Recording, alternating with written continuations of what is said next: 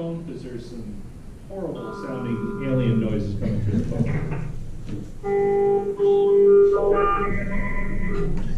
That's a no.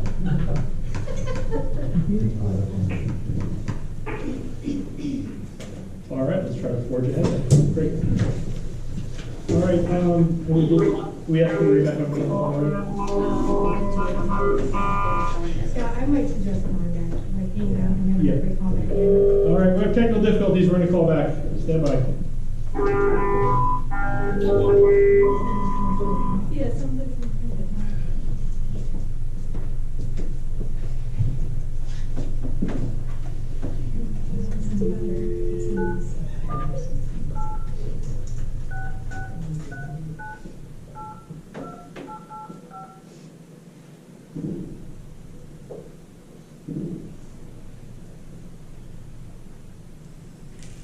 Hello, and welcome to the meeting. Please enter your passcode followed by the pound or hash key.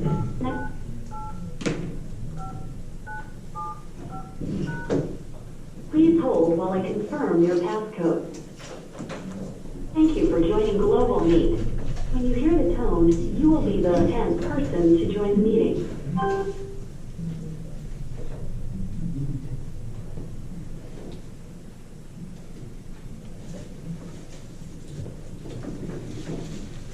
Just share it with. All right, so far on the phone, we have Dr. Cosgrove and Dr. Angioni. Any other REMAC members on the phone? This is Mark Kingman from Oshai. I just shared it with you, And Brent. what's Chris Robertson's sister? Alex Jefferson.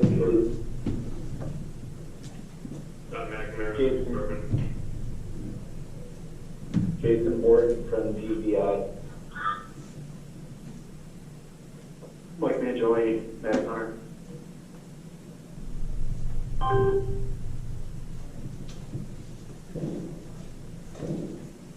Okay.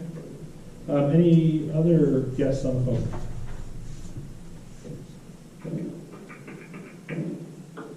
Ron Hanson, All-Star Events. So that's what sure.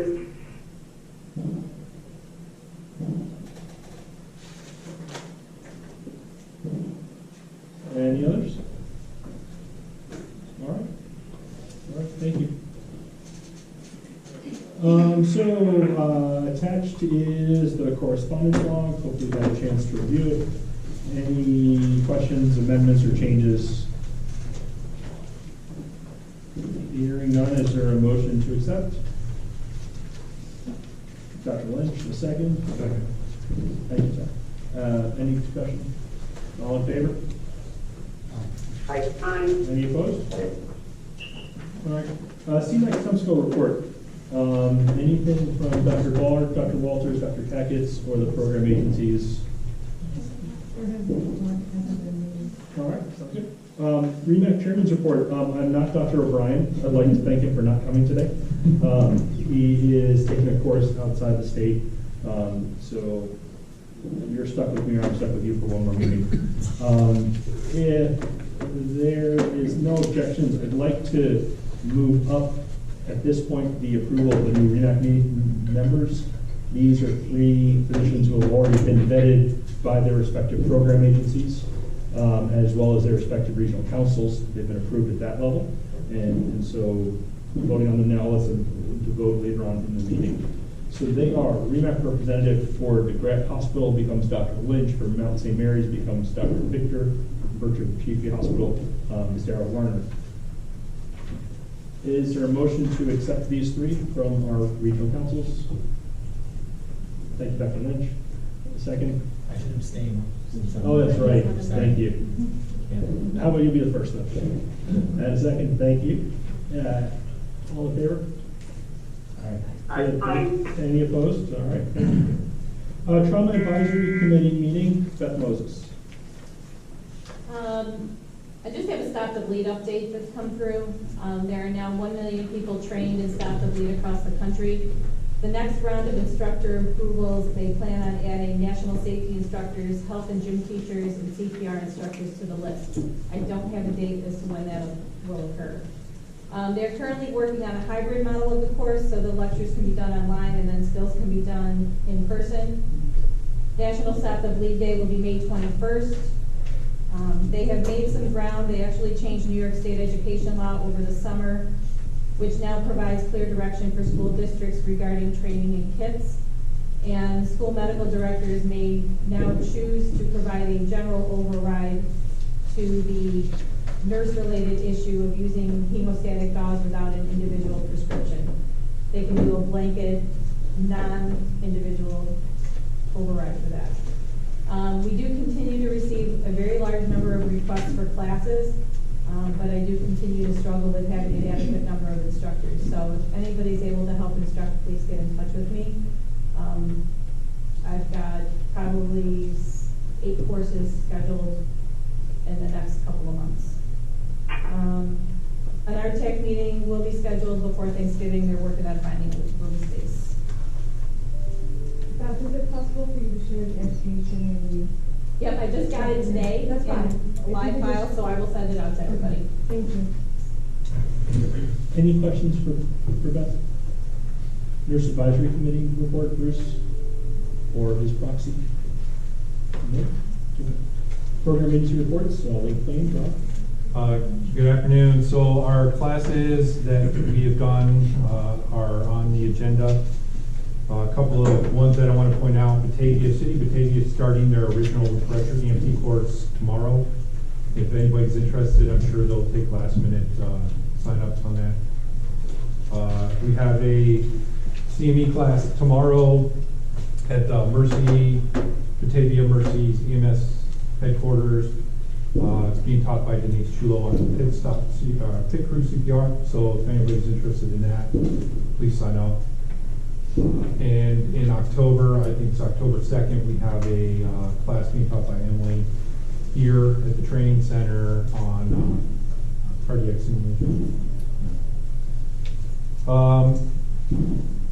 Our summer approvals we requested through the summer approval for Shawnee Fire to change medical directors from Dr. Brown to Clementowski, and Dr. Franco, for Wilson Fire, Dr. Franco to Dr. Seth, which were approved on the summer approval. As far as what we're requesting for this meeting, obviously the change of WREMAC representatives, and Berry Fire is requesting to do EPCR. The BLS, I'm sure we'll talk about this under the new business, but the BLS protocol update rollout is now out. There is a new LMS system. The good thing is if you were signed up originally for the collaborative protocols, your username and password are the same for the new LMS system for the state. So the state meeting's coming up next week, and then I have my meetings for the respective counties and big lakes listed on the agenda. And we'll do a deeper dive into the protocol update later on in the meeting. STEMS, Alicia? The biggest things that we've had since the last meeting is we held an Interact class with Kyle Bates and Jim Radcliffe. We have them from Baltimore. It was a class for instructors to teach them how to better use simulation to instruct students. We have a lot of great feedback on that, and that kind of leads into we're recently funded through the Appalachian Regional Commission for high fidelity mannequins or simulation equipment. We're still in the process of deciding what we're going to purchase, so we'll be purchasing that in the near future, which is exciting. We're in the process of holding a CLI class. The first weekend was this past weekend, and the last day is this Saturday, so we're glad we could get that down in our area, and hopefully we can do another in the future. And we're still trucking along with PEC. We have quite a few agencies in our area that have established PECs. And lastly, we have picked the date for spring training for our conference, and it will be March 27th and 28th of next year. Questions for Alicia? UBMD, Scott? Stand up so I can in the back of my head. So there's a number of notices and trainings that have been submitted out via our web list, and just to highlight something, the ECMC Trauma Tuesday is coming up on next next Tuesday, the 24th. It's going to be at Orchard Park Fire Company. You can also join it on the website. 7 o'clock, right? It's at 7 o'clock. Yeah, it's not in the middle of the day like it has been previously. They're trying to move it to increase participation. And they're not doing it at the hospital? Not at the hospital, it's going to be at Orchard Park. Thanks. Okay. The Vital Signs Conference for New York State is coming up at the end of October. They've asked us to also share that at that conference, there's going to be a critical care paramedic pre-con that's going to be a part of it. So if there's anybody who might be interested in taking that pre-conference, make sure you sign up. I understand there's local talent that's involved in that, so. There's also a track for critical care paramedic also. Okay. So you can, you're at 4 days of critical care paramedic stuff. Cool. We have a number of changes that are coming up in the report. We'll come up to those things later on. And just to point out, we do have, each spring we do our EMS symposium that is usually in Erie County. And because our region is both Wyoming and Erie, sometimes I feel like our partners in the Wyoming County kind of get left in the dust to always come to Erie County. So we're actually doing a one-day fall EMS symposium that is going to be pushed out. We're allowing pre-registration for Wyoming County constituents first. Once we see how what kind of seating is left, it's going to be Saturday, November 2nd at Burncliffe Resort. And so as soon as we know how many seats are opened up, we will push it out on our listserv and open it up to anyone else on a first-come, first-served basis. I can tell you our seating is limited to about 65 or 70, so it is going to be pretty limited. So if you're on our listserv, that is the best way to get that information because that's how we're going to promote it. And once we hit our number, we have to shut it down because we just have no ability to accommodate more people. So, but it's going to be a one-day event. It includes continental breakfast as well as lunch, CMEs all day, and it's a $15 cost to go to it. So other than that, everything else comes up later on in the agenda, so that concludes my report. Okay, any questions for Scott? Collaborative protocols, Dr. Bart and Dr. Walters. We'll, I guess, come back to that at new and old business. QI, the REMAC was notified of 2 providers who had their provider privileges restricted under the provider privileging protocol at LVAC. Those will be forwarded to Dr. Lundberg. Again, providers are free to appeal that decision to the QI committee. Being offline for one agency puts you offline for all other agencies in the regional. That happens pending your appeal to the QI committee. Ad hoc cardiac arrest field termination, Scott? We sent stuff to Dr. O'Brien. He was going to review it and Okay. push it out to you guys. Thank you very much. REMAC policy skills. The collaborative protocols are very close, we're told. And so that will be the delay there. Do we want to talk about the provider privileging changes at this point? Sure. You guys want me to do it? Would you like to speak to it? Okay, so the provider privilege and CME policy 2013-1, which is policy that's been on the books since that point in time in 2013. We have lived within this policy now for several credentialing cycles.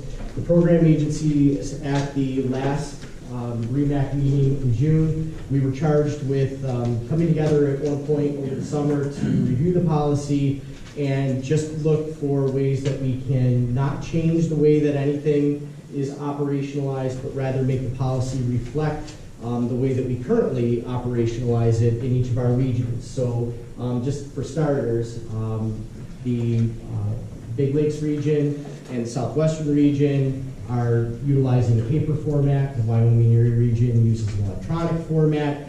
And so if someone was in an electronic region and they looked at the policy and they said, okay, how do I operationalize this? It could be a little bit confusing to them because there are, at the end of the day, what the requirements are the same, and it doesn't matter which region in the Western region that you're in, but the way that you demonstrate compliance, the reporting piece of it, is a little bit different. in each of the regions. So we needed the policy to really be one document that was a living document of what we currently do, so that people really understood what the expectation was. I can tell you that this is a document, this is not Scott Wander's brainchild or Rob's or Donna's or Alicia's. We are bringing this uniformly together and we're presenting this to you. There is nothing that changes in this policy, the way that we've operationalized this in any of the 8 counties of Western New York. Okay, we did clean up the language that was a little bit confusing about people had until they had to do their skills by July 1st, or was it June 30th, and then maybe they had until August 1st to get it in, and it was really unclear what was going on, and you will see that in bold on that second paragraph of the first page where it says agencies shall report compliance using the approved format no later than June 30th each credentialing year. So there's no grace period with reporting this. Everybody has from July 1st of year 1 until June 30th of year 2 to get the skills done and get it reported. So this just makes it super clean, and there should be no room for discretion in terms of, well, we're unsure rather of what the requirement is. The other thing that was cleaned up a little bit in here pertains to let's see here. On the didactic requirements under CME. So the protocol exams, we added some language in here as required by New York State, WREMAC, and/or agency medical directors. We added this under the didactic requirements, and we're going to see that this cycle because there's going to be a New York State protocol update. There's going to be a collaborative ALS update. And medical directors may also have other things that they want their providers to do. So that's been added in there. Protocol exams were on there before, but it was only at the advanced levels. It did not include CFR and DMT. The last thing that I really want to draw your attention to that is of significance are the skill requirements. And so the skill requirements that are on here, the previous skill set actually had things that were on it that were nowhere in our protocols for requirement, and it omitted things that were in the protocols that they really needed to know how to do. So this list that is on here is concurrent with the existing collaborative protocols. Now, the only thing that could potentially change a little bit on this is when the new collaboratives come out. If there's something that's in there, we may have to make an adjustment, but it's not. We're not going to be, throwing a stick of dynamite in this thing. It would be very subtle. But we do need to, share this information because now we're already 2 months into the current credentialing year, so we need to make sure that this information is correct. Okay. And so if there's any question about any of the skills that are on here, I'm happy to talk about it now if you think it's going to be earth-shattering toward the approval of this document. But other than that, I'm happy to discuss some of the semantics afterwards. And then the very last thing that I'm going to highlight about the changes is on the last page for approved didactic courses.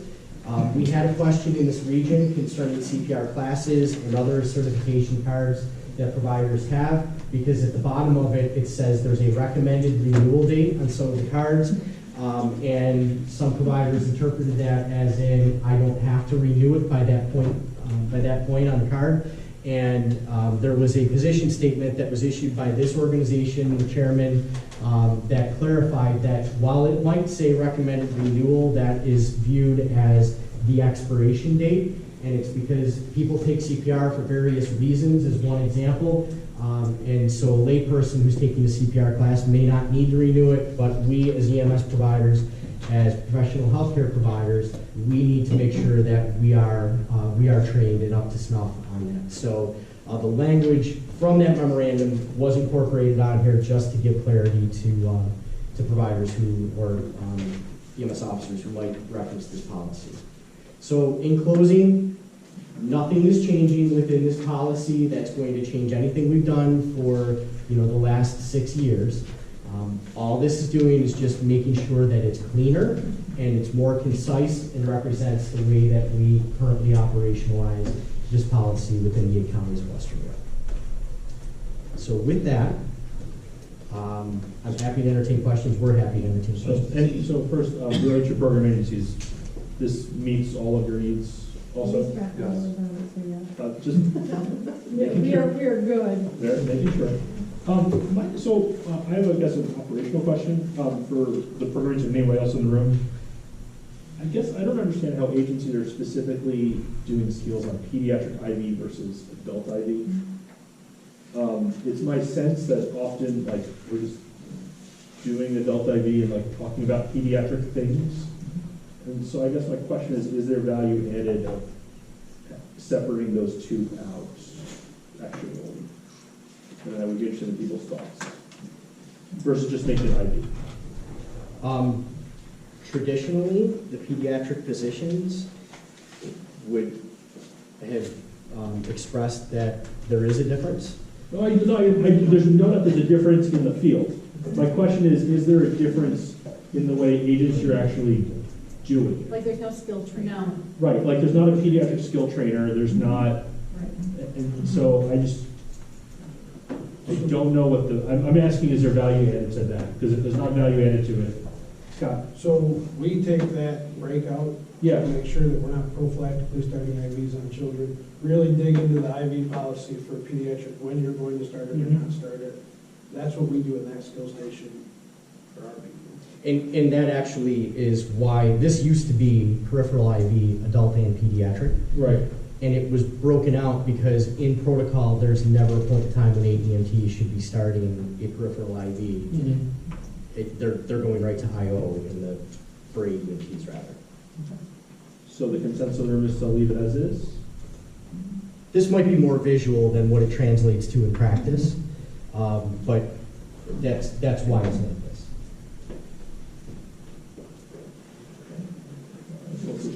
No one feels strongly, so we'll leave it as it is. The thing I like about this, Scott alluded to, it's clear and unambiguous that June 30th is the date. So we have struggled out in the past. So what I would do is I would ask for a motion to approve this as is with the caveat that Dr. O'Brien, once the ALS protocols are finally released, can tweak accordingly the skills based on any changes in the very final draft of that. Things like needle decompression for AEMT comes to mind on those lists of things. I don't think that would be controversial, and I think that certainly would be reasonable for him to do that without coming back to this body. Is there a motion for that? Thank you, Dr. Lynch. Is there a second? All right, Dr. Schaefer. Any discussion on that? All right, all in favor? Any opposed? Aye. Aye. All right, thank you. Dr. Borton is on the phone. Dr. Borton, would you like to speak about pre-hospital tool for LVO?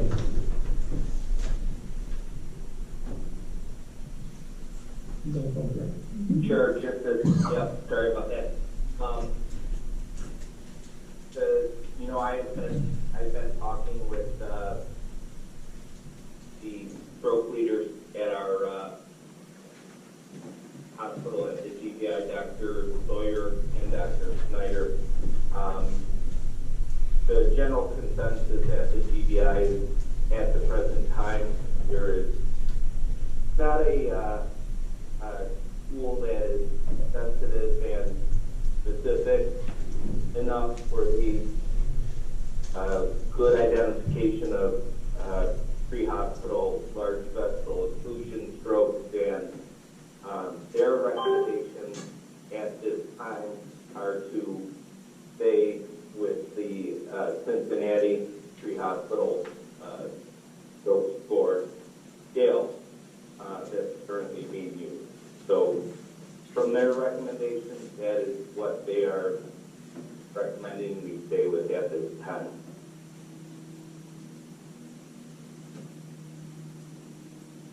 Spirit of the body. Kind of a letdown, huh? Well, the only thing,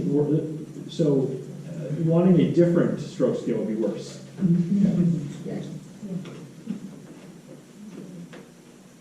All right, any motions, any thoughts? Take that as information and move on, the spirit of the room. All right.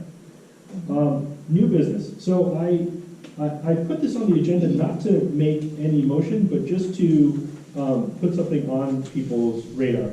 We've for many years talked about, is there a role for critical care paramedics in this region? We have a lot of education coming from the Vital Sign Conference in our backyard. And we've talked about different models of building a system from the ground up. We've looked at other areas. I think what I would ask people to do just on their own is to, in the next 2 months, take a look at the Rochester protocols. And I don't think they are appropriate for us to adopt en masse by any stretch of the imagination, but I think they represent a reasonable starting point for a conversation about how we would potentially make this work in our region. I think for many years we've talked about it, and slowly but surely much of New York State is doing things like this and kind of moving away from our region. If someone else has another starting point for discussion, I'd also would love to see that too. But I think Rochester at least gives us, Monroe Livingston gives us certainly a starting point for the conversation. And if other people have other potential protocols or starting points for the conversation, if you could think about them and bring them forward for future discussion. This is not a thing that will be signed, sealed, and delivered in the next 2 months. But I think giving people time to talk about it, and at least using the Monroe Livingston as a straw man to begin our discussion, I think would be helpful, rather than us just sort of thinking about how to build something from the ground up. There's no vote on that, but is there any questions or thoughts or comments? All right. Collaborative ALS protocol adoption, these are two different things. So is there a final version of the collaborative ALS protocol to adopt? They're online. They're online at this point. They're on the Bureau's website. Yes. For the collaborative protocol. For both. They shifted those over to They have put those up also. Yes. Okay. Is there anyone who has questions about the collaborative protocols now that they are up? We're talking about ALS cloud protocols only. Okay. And so again, the way this works is, even though we all have representatives and we all are working on this separately, each individual regional council, for the record, needs to approve the collaborative protocols as their own, even though it's part of a consortium of many different regions. So this vote is being taken by all the different REMACs and becomes a bit of a formality, but is still necessary to make the system work. So do I have a motion to approve the revised collaborative ALS protocols for our region? I will make a motion to approve. Motion, is there a second? Dr. Lynch, any discussion? All in favor? Aye. Aye. Any opposed? Okay. What will have to happen with that next is figuring out what the final rollout looks like of that and a final deadline for that. Is there any discussion about that or any thoughts? Again, limited to the ALS protocols at this point before we go on to the BLS protocols. I believe the state is looking at having these protocols in place by December 31st, both BLS and ALS. I'm sorry? The collaborative. Collaborative, not the state. Yeah, just collaborative protocol. So the collaborative protocol. So yeah, so we can set our own deadline. Correct. I think it is reasonable to set it along with the BLS protocols for the purpose of bookkeeping and lacking confusion and. BLS have to be by December 31st. Right, sorry, so that's a drop dead date, and I think rather than having two different dates circulating around there, right, like if I really love January 2nd, let's not make it January 2nd. That seems reasonable.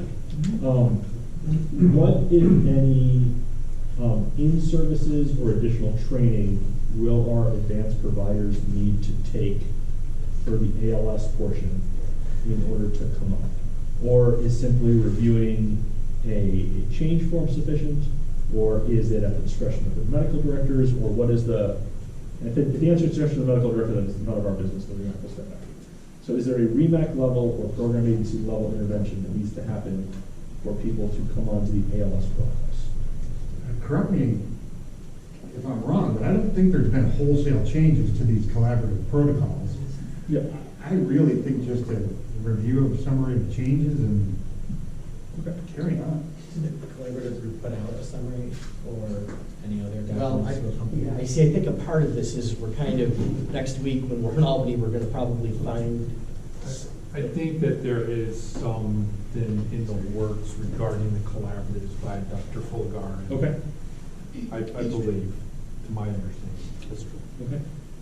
So he is putting out a video and testing series. I I can email. reluctantly go yes on I'm sorry? Here's my email, that's a good idea, because we have been getting different stories. Do we want to come back, do you want to put this on, put a pin in this for a second and come back to this? Well, Dr. gets back. Let's do BLS training protocols, which is easier. So, please, program agencies, correct me if I get any part of the following statement wrong, okay? The deadline to move over to the BLS protocols, which affect our ALS providers also, and have the learning component of it done, that drop-dead deadline is the last day of this year. That is an edict that comes down from the state. The place that the region has a say is to determine which of two routes we want to approve in order for providers to meet the training requirement to move over to these new protocols. One option is to use a short version of an online video and test something, which would be then supplemented by the agency teaching things or the region teaching something. The other option is the longer form, which then providers could do on their own and would not need to do a separate region-approved in-person thing. Talking and learning about this, I would think that the recommendation would be that probably due to variability in the region, it's probably not appropriate to expect every agency to have their own in-house training supplement to support the short course. And so that probably the most prudent thing to do, and I think honestly what most regions are going to end up doing, is taking the long course. But the long course, although it sounds scary, it's got the word long in it, potentially gives more flexibility to our providers because they don't need to separately show up for an in-person training or separately show up for something else. Did I get that right?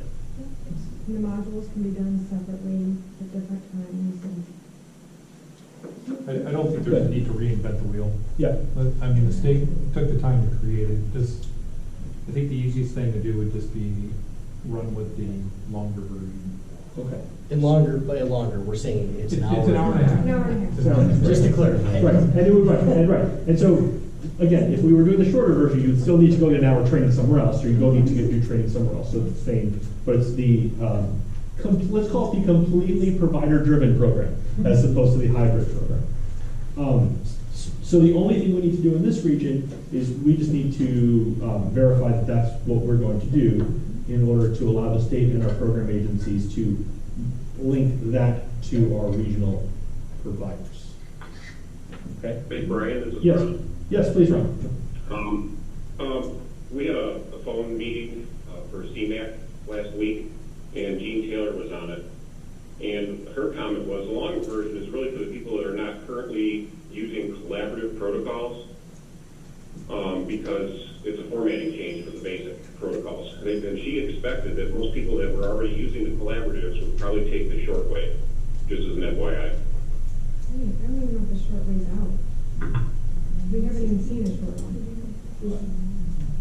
That was different than what I was told.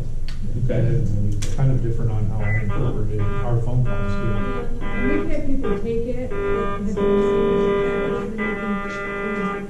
it was well worth it.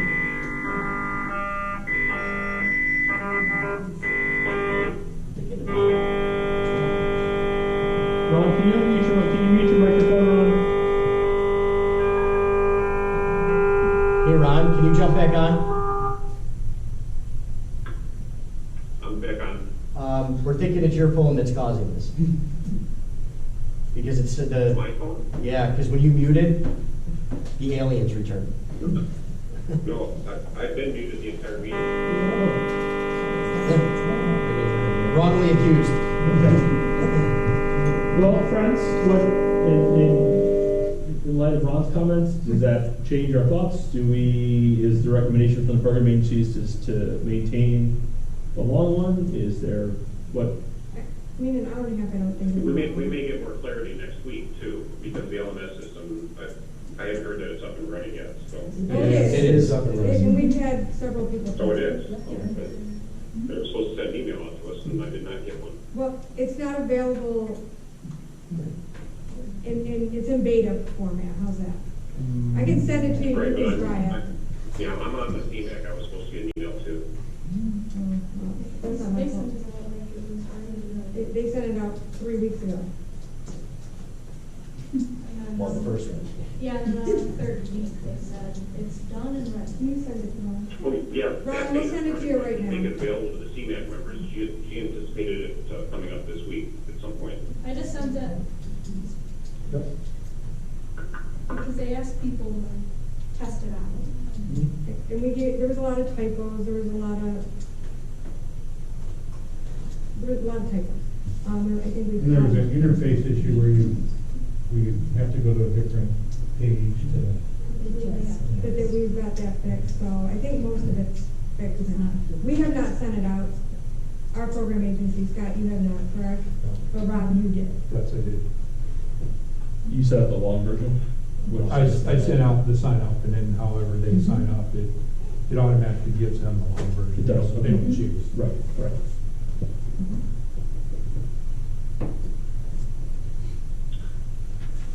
I mean, it's interesting to me that we were predisposing that potentially a basic EMT in a region that has a collaborative protocol is familiar with the collaborative protocols. And I think in mixed agencies, that's probably more so true, but probably is honestly less so true in BLS only agencies potentially. I think the other concern we need to keep in mind is that the CFRs are going to have to do this as well, and they've not been really exposed to the collaboratives per se. So it sounds like the recommendation from our 3 program agencies is to use the longer form approach. Self-directed study. Self-directed study, thank you, Pat. Yeah, word long, I think. Yeah, I'm sorry, Karen's gonna like poke me next time I say that. And so to clarify also what the Bureau stressed during the call, who has to do this is anyone with a New York State ID, so that's CFR on up, and anyone that has a New York State EMS code. So that would include the BLS-FRs, which this has been of significance in the past because FRs, like, what are they? Was sometimes the question, but they were very clear that it would also apply to BLS-FRs that would have to do this by December 31st. Now, I don't want to muck the waters up here, but I have to throw this out there because this happened the last time with the collaboratives. The training for the collaborative protocol was this month, and then when we got closer to that month, it was that month, and it went on and on and on and on. And my concern is that if we as a region say that December 31st is the date, and I know part of this is dictated a little bit by the state, but I think we certainly have latitude to express our desire that if we felt that we needed more time because the collaboratives and everything were not ready to go all at once, we have so many providers in this region, most of them volunteering their time, that are just trying to get the straight story, and I get concerned about jumping the gun, like in some ways has already happened. You know, like, I want to be very careful about saying that it has to be December 31st in anticipation of the collaborative training module that's going to come out. I think we should, I understand this was a statement, but I just think we should, we have to proceed with caution on this.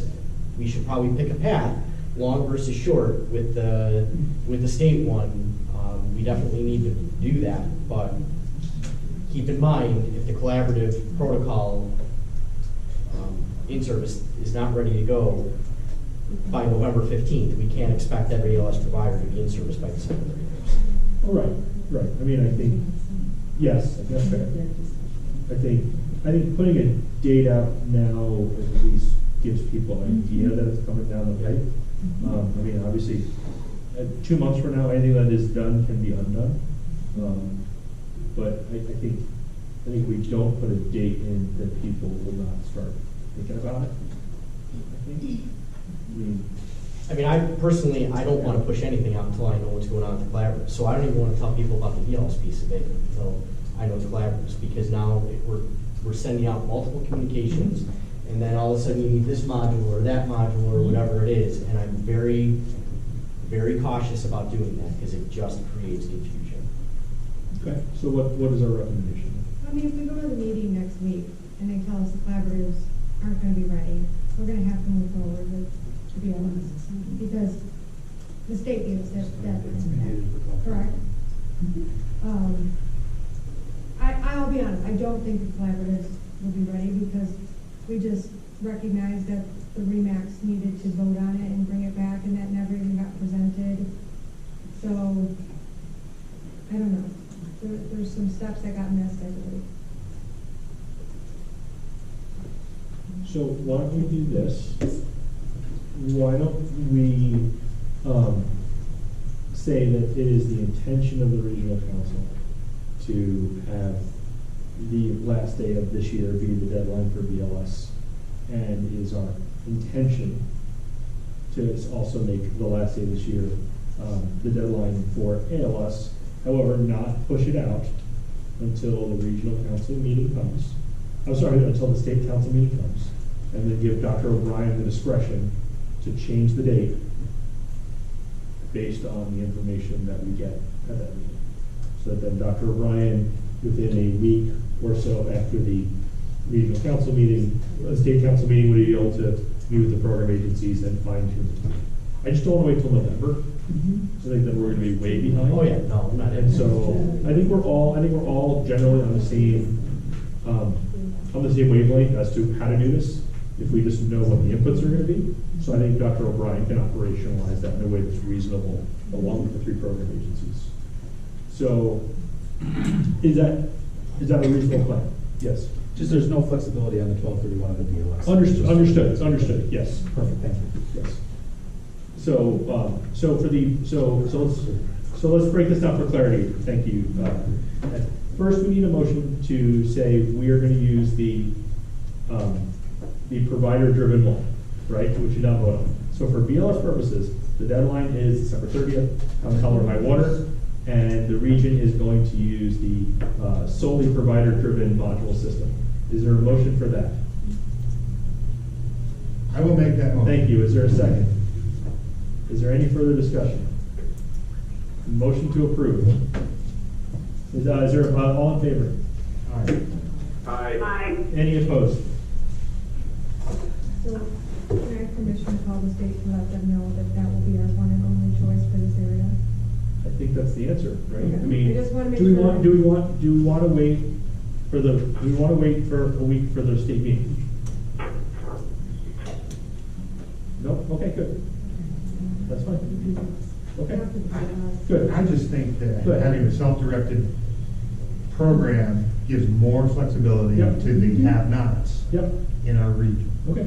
So for ALS, I think the answer is that we are going to aim for the end of the year, but I would ask for a motion to allow the chairman, being Dr. O'Brien, to select the exact date, to attempt to marry it with the BLS protocols if possible, but leave it ultimately at his discretion. Is there a motion for that? Thank you. Is there a second? Tough crowd, thank you. Any further discussion on that? All in favor? All right. Any opposed? Aye. Okay. All right, credentialing CME policy, we covered that above, right? Okay. All right. South Wales is separated from the summer approval. I was their interim medical director until my term as WREMAC chair ended. Dr. Ryan has been their medical director. I believe it's 60 days that is called for in the policy statement for the REMAC chair to assist with the agency that's lost their medical director. Dr. O'Brien was kind enough to extend that and has been willing to extend that to the end of this month. And so I would ask that that be approved in addition to the summer approvals that we're going to do in a minute. Is there any question about that? Okay. So the summer approvals are as follows. The first is for the REMAC chair to extend himself to South Wales until the end of the month of September. The other summer approvals are medical director change for Mercy EMS and Mercy Flight Western New York from Dr. Billetier to Dr. Tanaka, Marion County Sheriff's Office ERT from Dr. Bark to Dr. O'Brien, Shawnee Fire Department from Dr. Brown to Dr. Clementowski, Wilson Fire from Dr. Franco to Dr. Seth. Level of care changes in Dover, Volunteer Ambulance Corps, AMT to CC, FE Syringe, Panama Fire Department, and Eden Emergency Squad. PAD notification, New York State Freeway Authority, and naloxone NOI, Albion Fire. Are there any questions about all of those summer approvals that I have just read? Is there a motion to approve them in mass? Dr. Lynch, is there a second? Thank you. Any questions on them? All right, all in favor? Aye. Any opposed? Okay, we have new medical director changes that were not part of the summer approvals under number 6. There are PAD NOIs that were not part of summer approvals under 7. EPCR approval, that's separate under 8.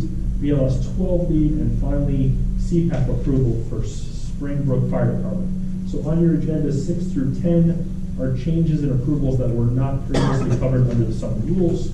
Is there a motion to accept them in mass? There's a motion. Is there a second? There's a second. Any questions or comments on any of them? Okay. All in favor? Aye. Any opposed? Is there any other new business or any other issues? Emily? Can we discuss the availability of the base station course? Sure. For people who would like to be incoming medical directors? Sure. So I would love volunteers to help us make it more accessible and have more of them. So if there's any REMAC members or others who would like to help contribute to it, that would be wonderful. What do you need contribution-wise? I What do you need them to do? docs who want to lecture and create PowerPoints and things like that. May I ask a question? Yeah. Is there any other regions that have it online? I don't know the answer to that question. Monroe? I think Monroe does it We online. can explore while we're at state council. and Sure, do that would be great. That'd be great. You might as well steal someone else's topic.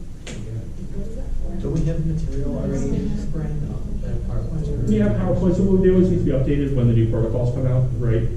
And so each year, like there's been new BLS protocols coming through, right? So this year actually is going to be a heavier lift than usual to get to the next version of the base station course, because we're going to have to go through all of the BLS stuff and do all the ALS stuff.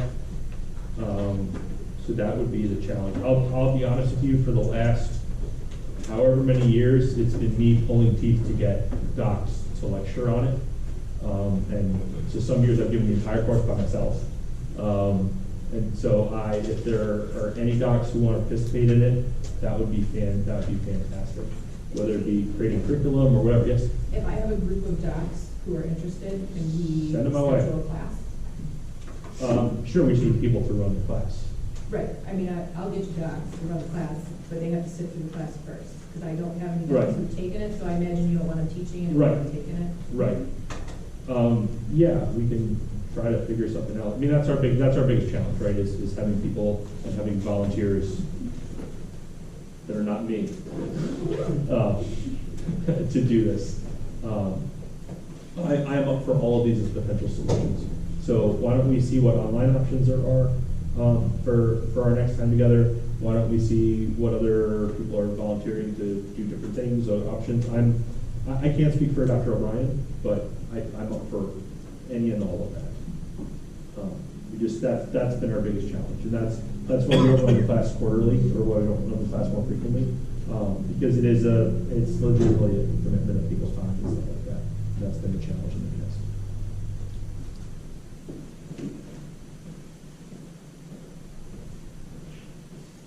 Okay. So the only other, what else do we have? So South Wales needs medical, so we've done the rest of so South Wales has a medical director through September 31st. I don't remember. 30th. Thanks. I was trying to do the thing with the knuckles, and I didn't do it. September is always a weird one. Yeah, thanks. Yes, sir. I'm the chief of South Wales, so Yeah, thank welcome. you. I do have signed paperwork from Dr. Takis, who said he'd be our medical director. Perfect. So I have that here with me. I don't know what the process All right. is forward. We'll have you give it to the program agency before you leave, and that's how we'll move that along. Perfect. Thank So- you. And thank you for the extension. So Yeah. So I think it's so the question is, do we want, so the question for the body is, we have two choices. Because it's a bit of extenuating circumstance, I am willing to vote on that today, or alternatively, Dr. O'Brien technically is able to give it away as the thing. So he can just do that on his own for September 30th, and then it would go on the agenda for 2 months from now. Either way leaves the agency with continuous coverage. So I think my preference would be to take that with thanks, not put it on the agenda for today. Let Dr. O'Brien transfer it over, which is his right as the REMAC chair and interim medical director, and then move forward after that. Is that reasonable for everyone? Doesn't need a vote. I just want to make sure that's the consensus of the room before we do that. Is that reasonable, Chief? Yes, thank you. All right. Ed. I hate to bring this up, just one quick question. Does Dr. Tackett still fall within the number of ALS agencies? I know there's been extensions before. Dr. Tackett's had a previous. Just want to make sure. Yes, I don't Dr. see Tackett's had Tackett a previous extension on that, yes. And he meets the grandfather clause criteria for the thing. No, I just want to make sure he's for the number of agencies that he's still approved for additional. Okay. Oh, okay. So, yes, and you have reminded Karen and I that in the medical director changes that just occurred, Dr. Schweikert has now exceeded 10, and so he needs to separately be approved to go over the cap. There is a motion from Dr. Lynch. Is there? I can see what Karen was pointing at. Is there a second? Thanks. A second. Any comments or questions on that? All right, motion to approve. Aye. Thank you. Is there any other new business before us that we need to address today? All right. Is there a motion for adjournment? Sure. Thank you. We stand adjourned. Our paramedic students, the EMS fellows are over there, they'd be more than happy to sign your books for you. Thanks for joining us.